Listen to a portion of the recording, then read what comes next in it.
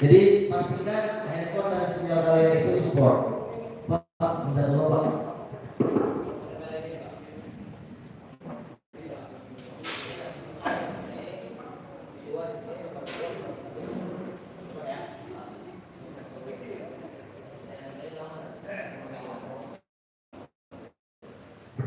Oke, jadi pertama handphone kalian harus Android. Yang punya iPhone mau diganti dulu, ya. Tukar pakai sama adiknya, tukar pakai sama mamanya, tukar pakai sama suaminya, sama ibu-ibu. Kalau yang HP-nya iPhone, jadi pastikan menggunakan Android, versi Androidnya minimal versi 10, ya. Versi 10 tuh, kalau misalnya Oreo atau apa gitu, 10 lah boleh. Kalau sekarang yang saya punya Pak, tapi versi 11 ya boleh, 10 aja bisa, masa 11 bisa.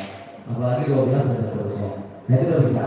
Selanjutnya RAM-nya minimal 3 GB. Minimal tuh udah tepi jurang udah begini. Minimal udah tepi jurang tuh. Bisa nyala, bisa berjalan, oke, tapi ada loading lama sedikit, oke, itu 3 GB.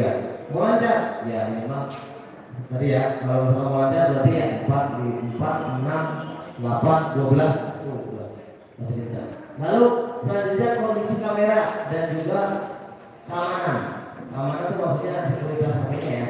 Yang HP-nya tidak ada fingerprint, saya sarankan diganti dulu atau pinjam juga pakai. Atau kalian masuk ke TPS-nya, yang HP-nya bagus, fingerprint, tanya oke.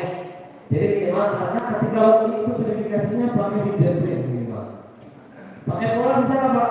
Bisa, tapi banyak gagalnya. Yang pakai pola ya. Jadi usahakan minimal menggunakan fingerprint atau face ID yang gini-gini. Ya. Nah, kita akan praktek ini satu-satu. TPS 1 mana orangnya? Maju 1, 2, 3 sampai 9 maju.